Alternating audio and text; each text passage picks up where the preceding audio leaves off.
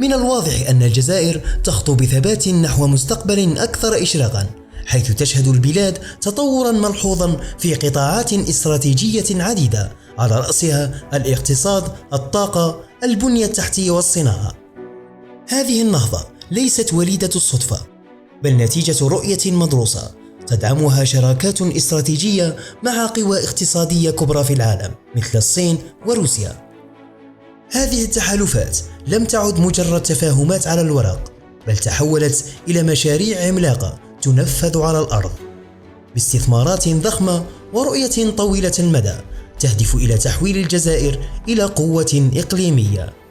الصين بقوتها التكنولوجية وقدرتها على تنفيذ المشاريع الكبرى، وروسيا بخبرتها العسكرية وطاقتها، تدخلان في شراكة متعددة الأبعاد مع الجزائر تشمل البنية التحتية، الطاقة والصناعة والمياه، السكن والنقل.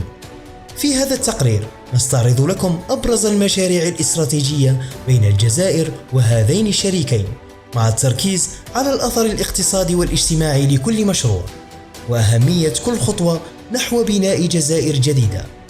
ندعوكم للبقاء معنا حتى النهاية، حيث سنكشف عن تفاصيل قد تغير نظرتكم بالكامل لدور الجزائر القادم في المنطقة، وكيف يمكن لهذه المشاريع أن تعيد رسم خارطة النفوذ الاقتصادي في إفريقيا. نبدأ بالمشروع الأول، توسعة مطار هواري بومدين الدولي. هذا المشروع الحيوي يتم بالتعاون مع شركة صينية رائدة، ويهدف إلى رفع القدرة الاستيعابية للمطار مع بناء محطة جديدة مجهزة بأحدث التقنيات، مما سيحول الجزائر إلى بوابة جوية استراتيجية في شمال إفريقيا. ثانياً، مجمع الغاز الطبيعي المسال في أرزيو باستثمارات تفوق 5 مليارات دولار. ينفذ المشروع بالتعاون مع الجزائر وشركات صينية وروسية، ويهدف إلى تعزيز قدرة الجزائر على تصدير الغاز خاصة للأسواق الأوروبية. ثالثاً، محطة تحلية المياه بالشراكة مع روسيا، خطوة حاسمة لضمان الأمن المائي في ظل التحديات البيئية، حيث سيتم الاستفادة من الخبرة الروسية لبناء محطات تحلية حديثة تخدم السكان والقطاع الصناعي. رابعاً، برنامج ضخم للبناء السكني مع الصين باستثمارات تصل إلى 20 مليار دولار.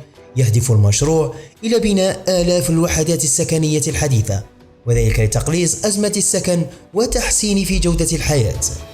خامساً، مصانع السيارات الصينية في الجزائر، وهو مشروع استراتيجي لإنتاج 250 ألف سيارة سنوياً، مما يعزز من قدرات الصناعة المحلية ويقلل كذلك من التبعية للاستيراد.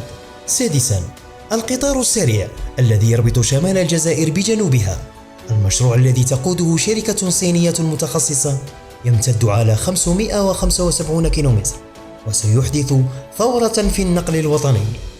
سابعاً، محطات الطاقة الشمسية عبر 12 ولاية بطاقة إنتاج تصل إلى 2000 ميجاوات.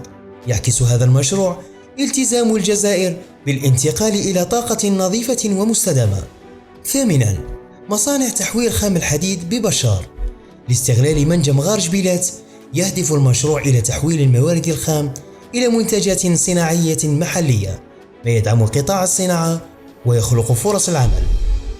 تاسعاً، منجم الفوسفات بوادي الحضم باستثمار 7 مليارات دولار، يهدف إلى منافسة المغرب في سوق الفوسفات العالمي وجعل الجزائر لاعباً رئيسياً في هذه السوق الحيوية.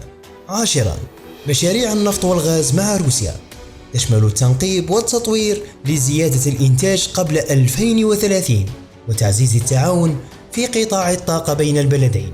كل هذه المشاريع ترسخ مكانة الجزائر كشريك لا غنى عنه في خارطة الاقتصاد العالمي.